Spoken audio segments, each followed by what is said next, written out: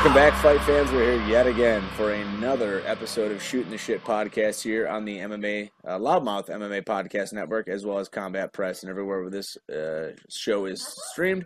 I am Riley Contek here for yet another episode.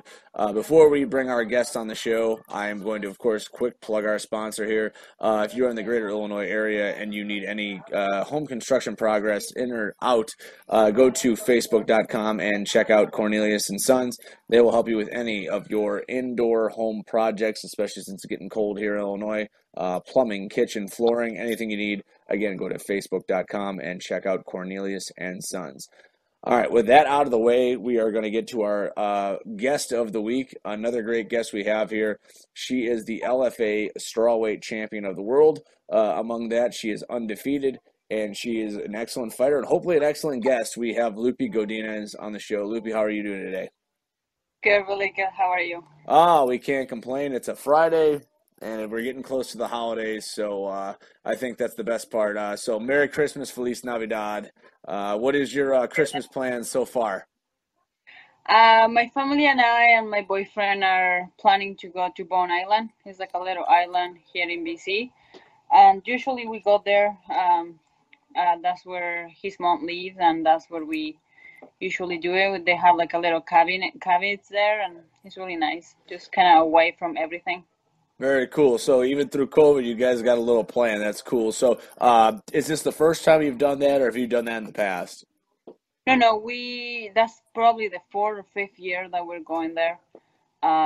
Yeah, so I mean that's the plan. Who knows if that's going to happen this way, but we're whatever happens, we're just gonna go with the flow.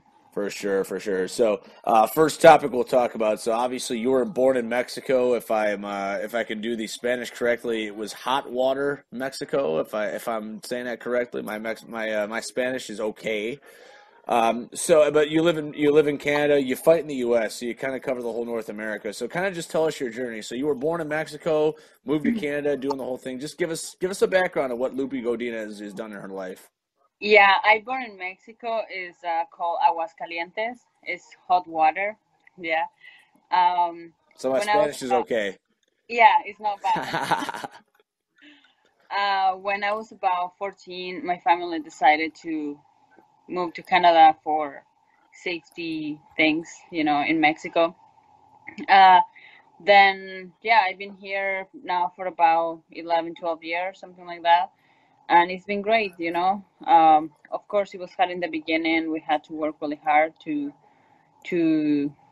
be where we at right now. But yeah, now I'm fighting and we're doing great, and it's a lot of good things coming up. For sure. So, you moved there at 14. How was your grasp of the language of English when you moved there? 0. How did you learn English when you moved there then? It took me years. First of all, I was really upset because my family say, okay, we're going to go vacations to Disneyland. So here is me and my sister like, okay, great, we're going to Disneyland. And we arrived to this country and then to this city eventually. And he's like, okay, well, this is your new home. You're welcome. Then what do, right? You got to... I for a long time I was like, I'm not speaking the language. I'm not gonna learn English.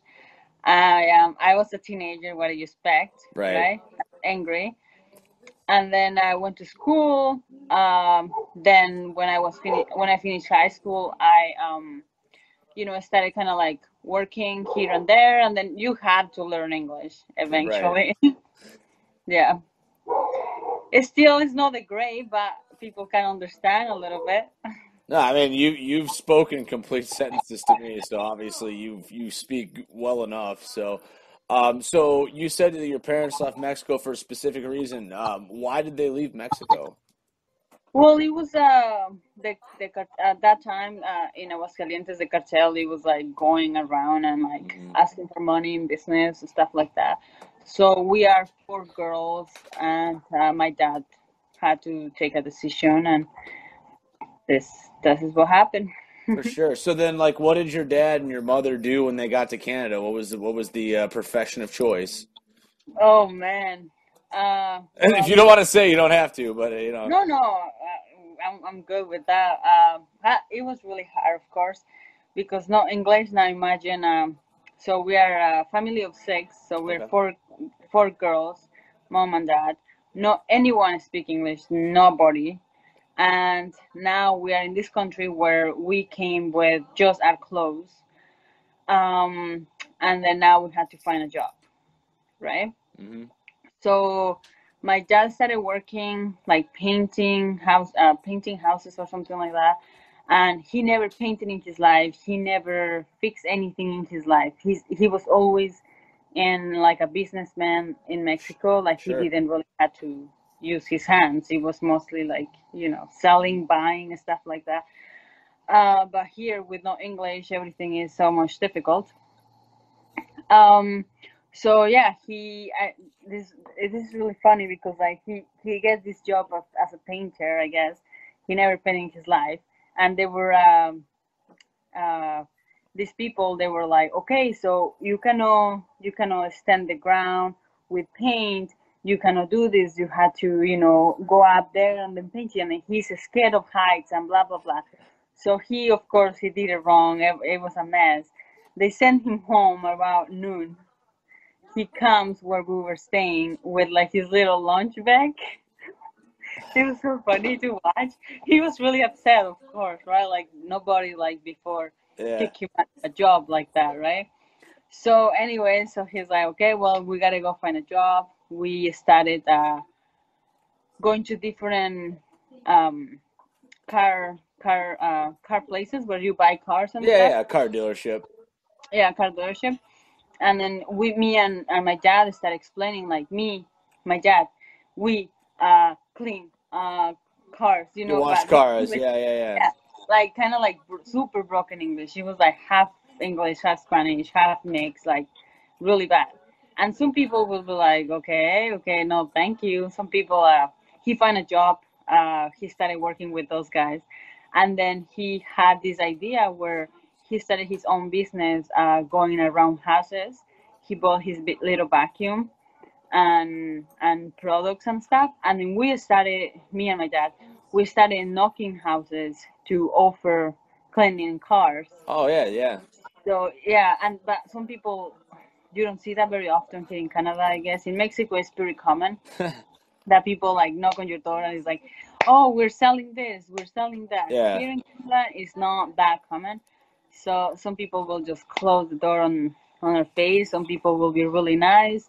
Some people will speak Spanish, and then it was just like, oh, thank God, right? Yeah, that's part of sales is getting the door slammed in your face. So that's what I'm Yeah, assuming that wouldn't be the first time a salesperson has had a door slammed in their face.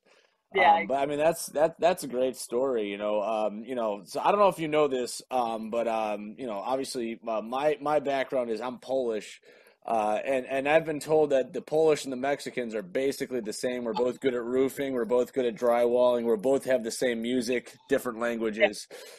So yeah. I feel like we're probably in the same boat there. So you get into fighting. So how do you get into martial arts? You move to Canada, and then so how do you get into martial arts?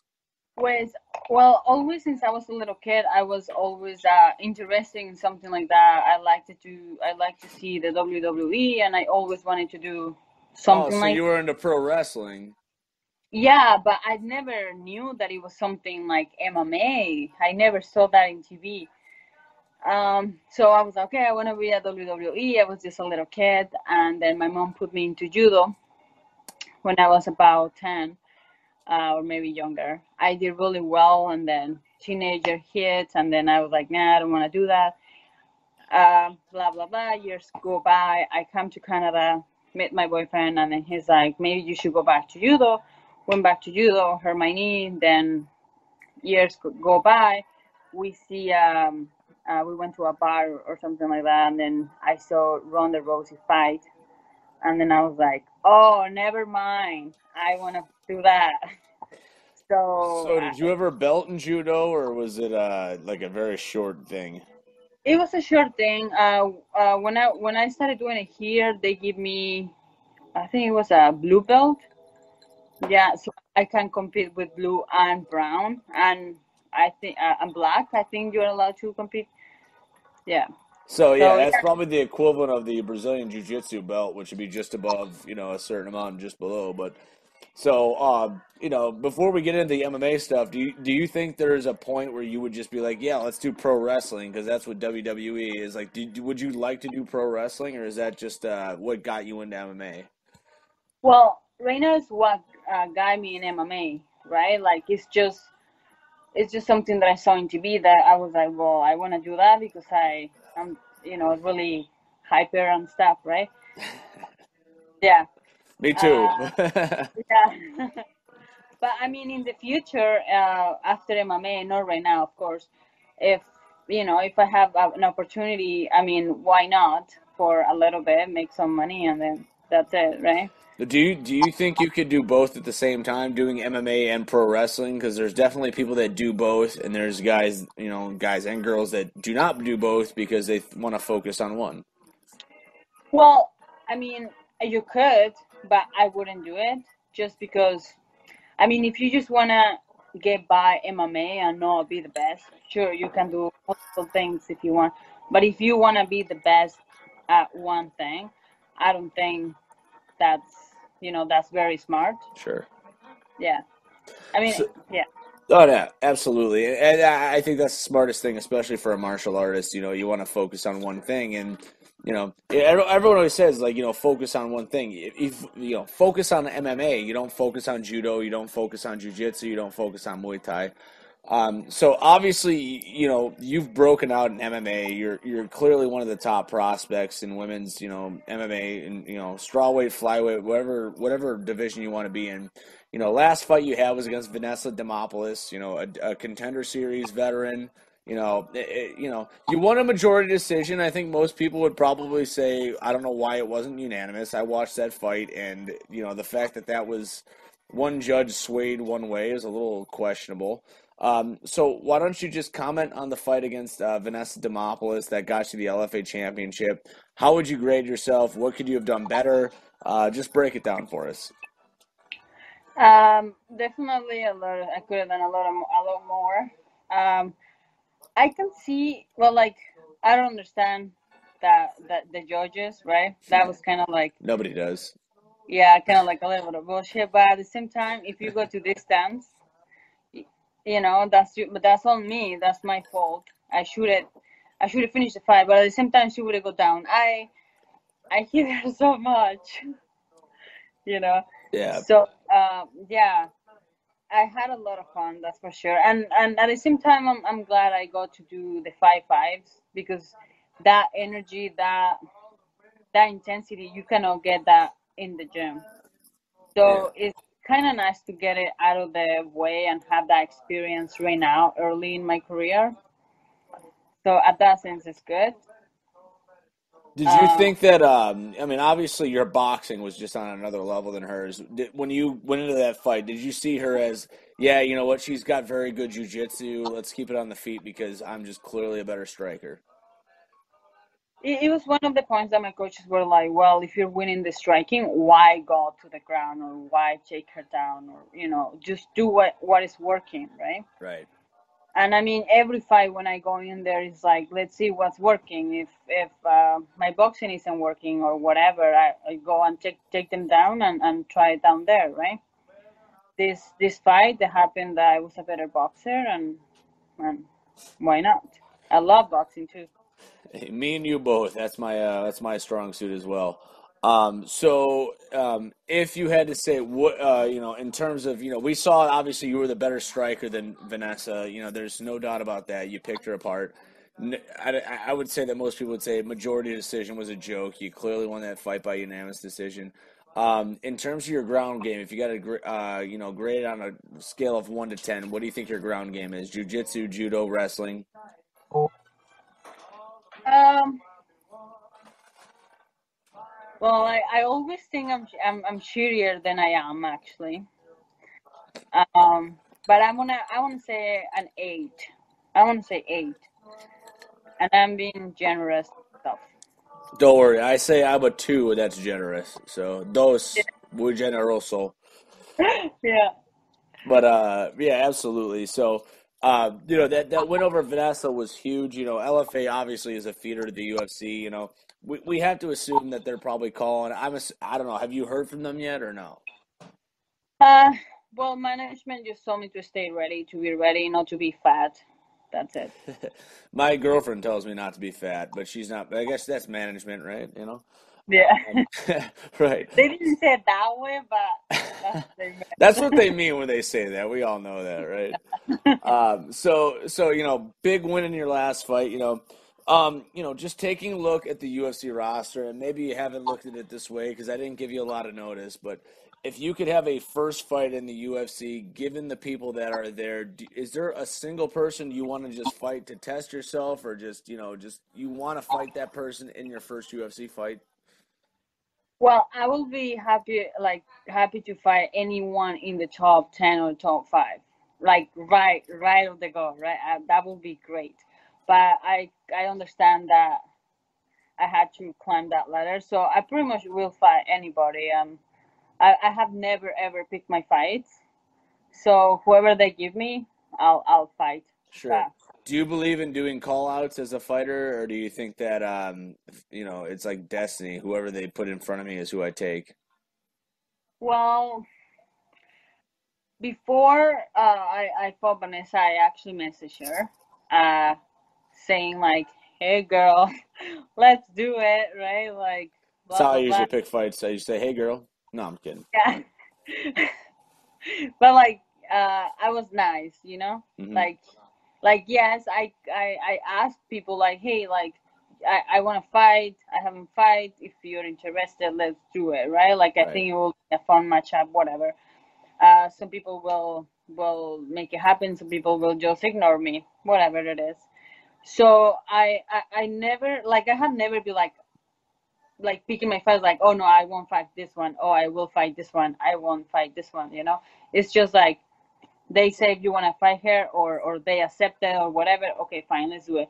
But like if you see my pro record, all the fights before Vanessa, I fought like the max, it was like 3.5 week notice. That's the most Yeah. the notice I got. Sure. So of course I didn't pick them. It's just because they didn't have an opponent, and Right. I, yeah. So, whether it's your first fight or your fifth fight, is there a single person on the UFC roster that, maybe not like I want to fight them because I don't like them, or is like I want to fight them because I'm so honored to fight them? Is there a single person that you just, I want to share the cage with them at some point? But Valentina, Valentina Shevchenko. yeah. I have a I know. feeling. I have a feeling you'd wanted to do it with the title on the line. Yeah, You and me yeah. both. Yeah, that would be a great. I know she's 125, I'm 115, but in the future, why not? If that could be a possibility, of course I will take it like 100%. Yeah, and talk about a great champion, and I mean, goddamn, one hell of a fighter. I mean, she is she's top of the notch. Her and Amanda Nunes, and I would love to. I don't care if she's lost twice. I'd love to see another one with Amanda Nunes. Yeah, yeah. Would you pay money to watch her fight Amanda Nunes again? Oh yeah, yeah, Yeah. yeah, Okay. yeah. The other thing I've noticed, who's got better traps, me or you? I think me. I don't know, man. I mean, I agree, but maybe you do. Yeah, you got some pretty good traps. Yeah. Oh no, you're not gonna beat me in arms, but you might beat me in traps for sure. All right, Loopy. Let's talk about the upcoming weekend UFC fights. I know you're not a huge follower of everybody, but the main event is a championship fight. It is UFC 256. We have Davison Figueiredo taking on Brandon Moreno. Now, Brandon Moreno is first off, this fight is on like 3 weeks. Oh, dog! Hey, dog, come over here. This fight is on like 3 weeks' notice, so not a lot of people have a lot going on here. But Brandon Moreno is a countryman. He is from Mexico.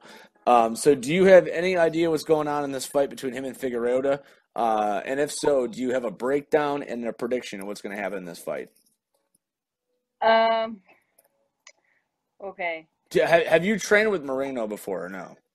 No, no, I haven't. Okay. No, I haven't even met him. That he seems like a funny type of I funny think he guy. did. I think he did a lot of training in New Mexico, so maybe he wasn't doing a lot of the south of the border stuff. But then again, you're in Canada, so Oh, yeah, yeah. No, I haven't met him. Maybe one day. He's in the same management as me with Iridium. he's only got 10 pounds on you. He's at 25 or so. Yeah, maybe I'll face him one time. Well, Yeah, you'll see him in the gym, right? yeah. Um. Well, I really hope he wins. You know, I think he's been going along in a long, how do you say, in a long way. You know, Hmm. long ways. Um.